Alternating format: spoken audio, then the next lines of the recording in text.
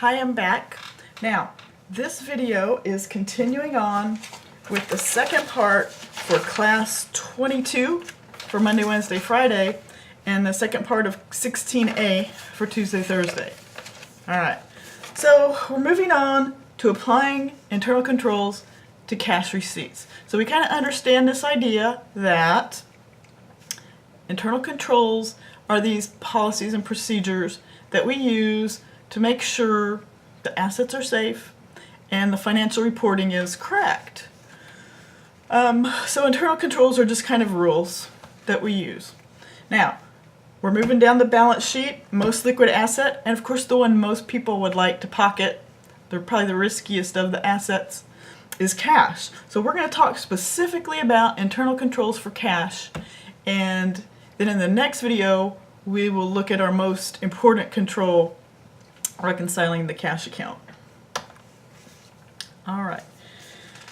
Cash receipts should be deposited in the bank for safekeeping shortly after the cash is received.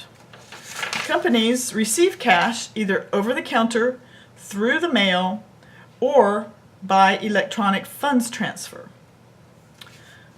Each source of cash has its own security measures. Consider a retail store. For each transaction, the retail store issues a receipt to ensure that each sale is recorded. Right? So when you go in the store, they use a cash register and a receipt gets printed out. Well, at the same time, the cash register is recording the accounting transaction. So that way,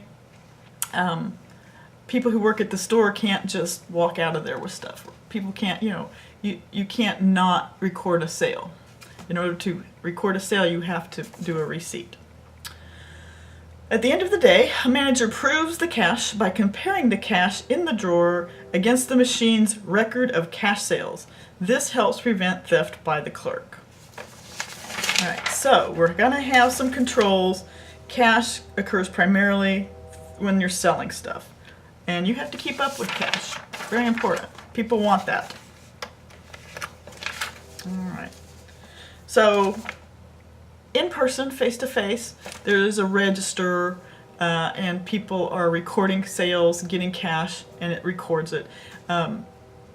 You may have seen a sign at a business that says something like, if we fail to give you a receipt, you will get a free cup of coffee. Please contact the manager. Right? They're trying to get you to report that, hey, this guy didn't give me my receipt, because that could mean maybe that person's pocketing things. So they're actually trying to make you get the receipt. That's an internal control. Alright, so many companies receive checks by mail for payment of service or merchandise. Checks sent via mail are considered to be cash receipts. The control cycle for cash receipts involves several different controls. So we're going to start talking about this segregation of duties again, keeping asset and accounting separate. Cash is an asset. The accounting for the cash needs to be separate from the actual cash. And if you have control of a check, right? If the check, you have control of this check, which is control of the cash. So you don't do the accounting. All right? So let's see what we do. Checks sent via mail are considered to be cash receipts. The control cycle for cash receipts involves several different controls. The controls start in the mailroom, where a mailroom employee opens the mail. The employee records the checks received and forwards them to the treasurer for deposit in the bank. A remittance advice is an optional attachment to a check that tells the business the reason for the payment. Many companies use a lockbox system as an alternative to accepting cash or checks via the mail or over the counter. A lockbox system is a system in which customers send their checks to a post office box that belongs to a bank. A bank employee empties the box daily and records the deposits into the company's bank account. So I know most of you guys probably don't do a lot of checks or mail checks, but companies tend to do this between each other, right? So not maybe not most anymore. There's still a lot of electronic funds transfers, but there's still going to be a lot of checks coming and going between companies. And some people still pay bills by checks. So keeping the check separate from the bookkeeping, from the accounting, is important. So that's why we have a person who opens the checks and makes a list of them, and the list goes to the people who do the accounting, whereas the checks go to the treasurer who deposits them, right? So you have separate. The people doing the accounting just have a list, right? They don't actually have the physical things. A lockbox, again, a lockbox is simply people mail the check straight to the bank and the bank puts it in the company's account. It doesn't happen as much as it used to because people just don't use checks as much as they used to, but it still goes on. People still use checks, so you do still have to learn about checks.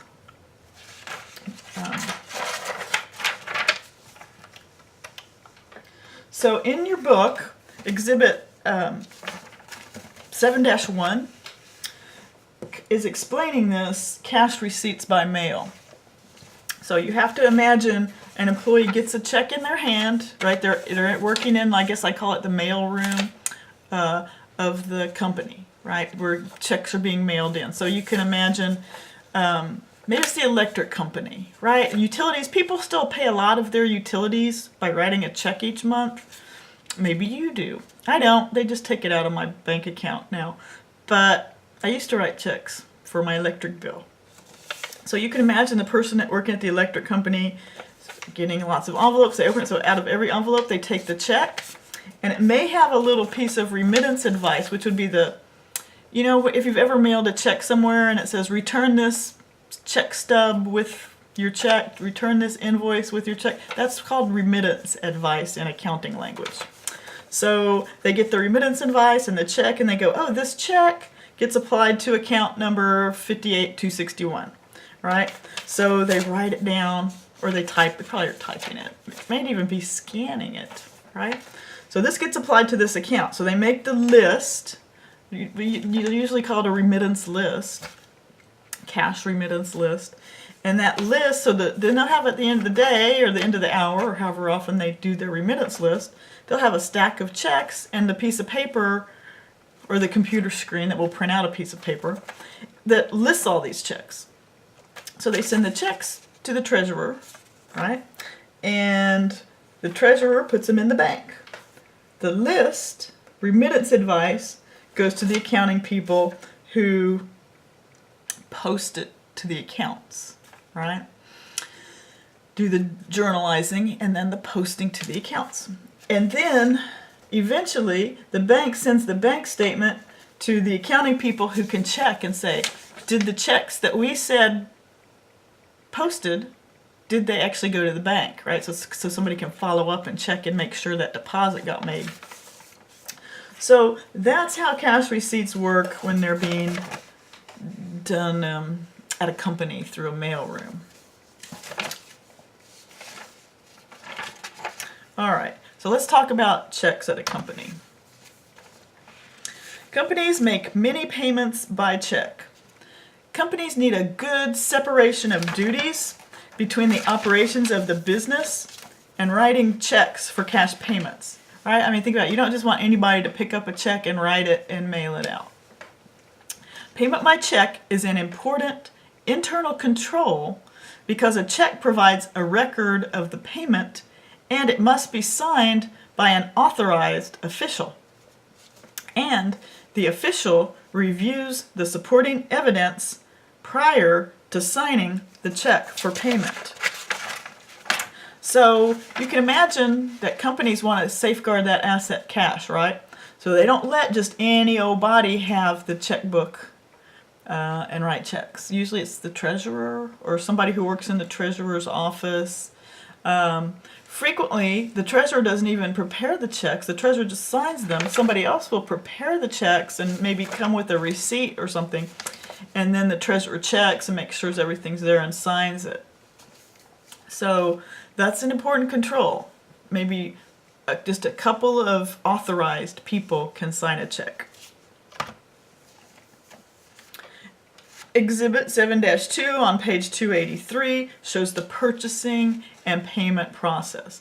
So you don't want the treasurer or anybody, even the authorized people, just writing checks. There has to be some documentation before they actually write that check. So this is kind of how that goes. First, a purchase order is prepared and sent to the vendor. So remember when we did our lab with the candy company, that we got the candy in from a vendor with an invoice, right? So first, a purchase order is prepared and sent to the vendor. So you have some authorized person prepares this purchase order and says, hey company, we want to purchase something from you. Second, the inventory is sent by the vendor to the company. So when a purchase is made, the inventory comes in from the vendor. At the same time, a copy of the invoice is sent to the company. So this is what we were receiving with our candy, an invoice. Remember that from the lab? We got an invoice. When the inventory is received, it is counted and compared to the original purchase order to ensure what was received matches what was ordered. You certainly don't want to accept something you didn't order. That would be a bad idea. A copy of the receiving report is then sent to the accounting department. So when the people in the warehouse count the stuff that comes in, they complete a receiving report and send it to accounting. So accounting knows, okay, this stuff was ordered with a purchase order. We received it with a receiving report, and there's a bill that we need to pay, the invoice. So the accounting department gets all those. If the amounts match, the invoice is authorized for payment and a check is sent to the vendor. So there are these rules before a check gets written. It has to be something you actually ordered, which is proven by the purchase order. It has to be something we actually received, which is proven by the receiving report. And we have to pay the correct amount and for what we received, and that's the invoice. And that's how we make sure we're paying the right amount and to the right people and not just writing checks that aren't authorized. Control over payment. Okay, Exhibit 7-3 on page 383 of your book shows Smart Touch Learning's payment packet of documents, which may be in either electronic or paper format. So in our accounting lab, when we did the candy store, you saw that we had an actual piece of paper. We had the invoice, right? And you can imagine it's possible for an invoice to be just a computer screen that gets emailed to the company receiving it. For example, the purchase order has at least 3 copies. One stays in the originating department, 1 copy goes to the vendor, the 3rd copy is sent to the receiving department to be matched against the packing list that comes with the delivered inventory. Only when the system is able to match all 3 documents is the invoice authorized for payment. So this system of matching these documents before it's paid, that's part of our internal controls. That way we can be certain that nobody's stealing inventory, nobody's ordering inventory they shouldn't be ordering. It really helps a lot. We're ordering it from the right vendors, not a fake vendor. So there's a lot that these are controlling by having these important pieces of paper. And it really is great for controlling our cash payments. All right, so